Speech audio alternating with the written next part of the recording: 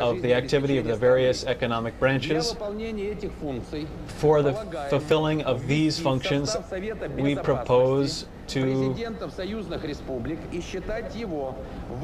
make the National Security Council responsible for these questions with the leadership of the President. This council should be subordinate to the executive branch. It will be responsible for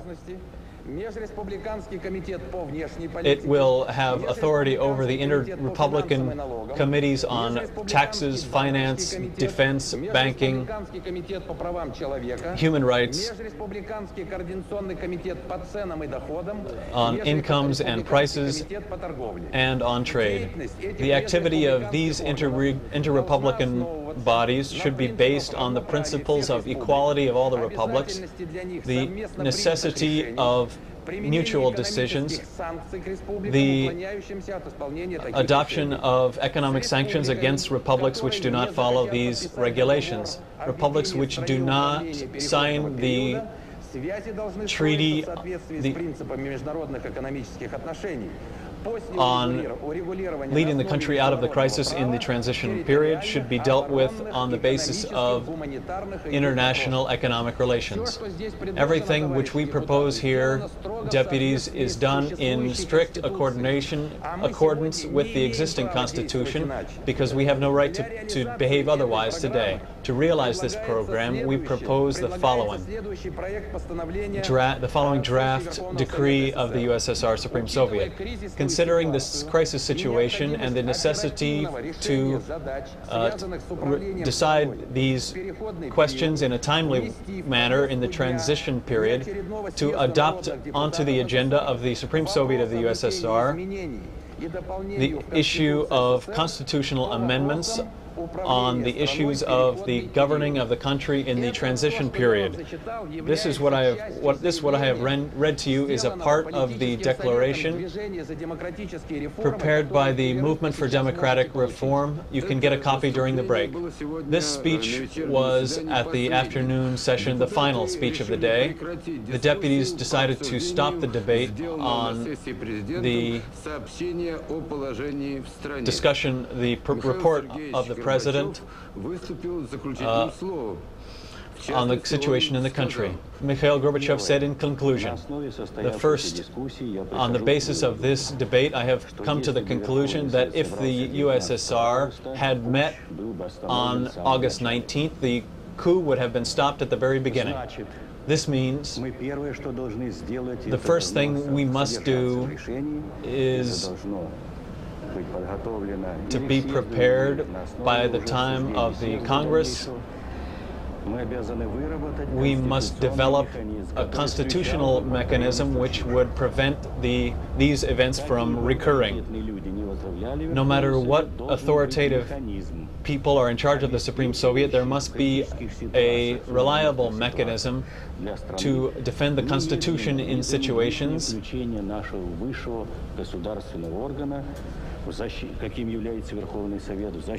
to include and to call the Supreme Soviet to the defense of the law and of the rights of our citizens. Further, the issue on the fate of the Union. Perhaps the most tragic result of the coup may be that these 3 days have pushed us powerfully in the centrifugal directions. There is a real threat of the collapse of the Union government. I tell you this with enormous alarm, with enormous suffering, because if this happens, all of these talks about what to do are simply words, meaningless words. I raise this issue as the most important and basic issue. There are many analyses here about coming apart, coming together. These are all illusions, comrades. We have not yet broken apart. We have not collapsed. We have simply become weaker. The connections between us have become weaker.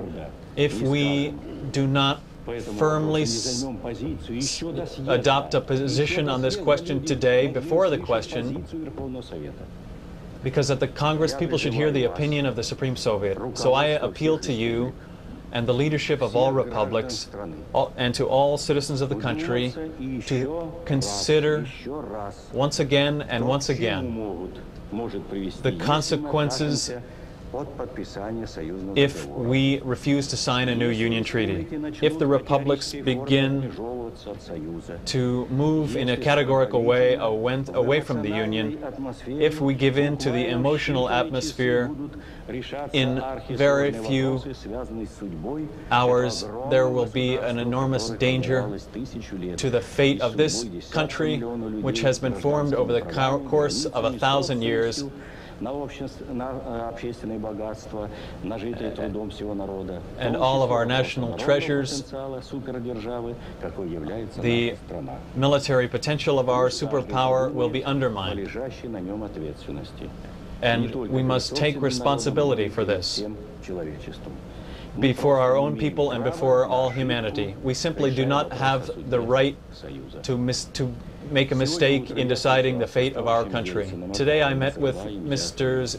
Yakovlev, Yeltsin, Akayev, Nazarbayev. We decided to continue what's happening here in the capital, to analyze what's happening here.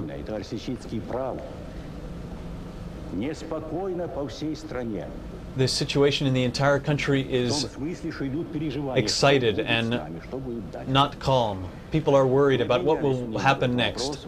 We exchanged opinions on this matter, and our common position was formulated, and it is this: the USSR should be preserved as a union of sovereign states.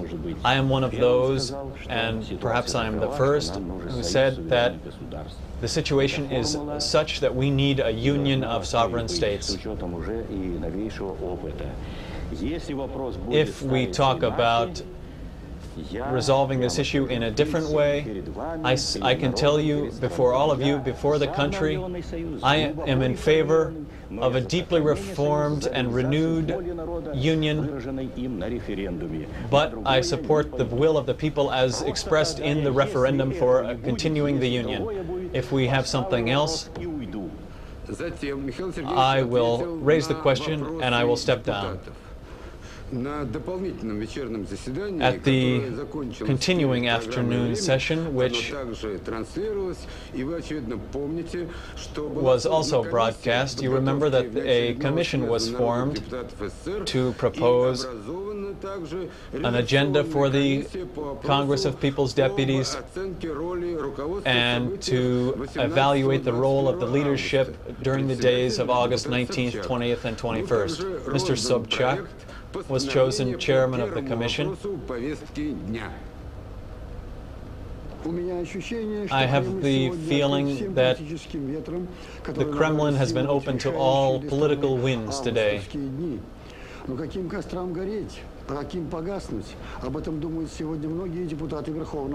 All the deputies of the Supreme Soviet are thinking about what will be next. Many people are saying that the president has found himself in a new world and a new country, having returned to the Kremlin. I believe that people, especially those who did not participate in these events, this Congress will serve the entire country as a method, an opportunity to decide what we will do next. My firm belief since yesterday is that there is no Supreme Soviet. It's a myth. There's simply a contingent of people who are expressing opinions that either I was not on the side of the coup, or I couldn't come, or the coup was a good thing, or the coup didn't happen at all, or it was a popular democratic revolution. on August 19th to August 21st, 1991. And they say a revolution demands changes in property and leadership. All revolutions change things and introduce land reform. But people are under fear, living in fear of what will happen. So that 3 people have died in this battle, and people are afraid of the development of bloodshed. The mission of all people here, the young and the old, is not to allow the bloodshed and fire to spread.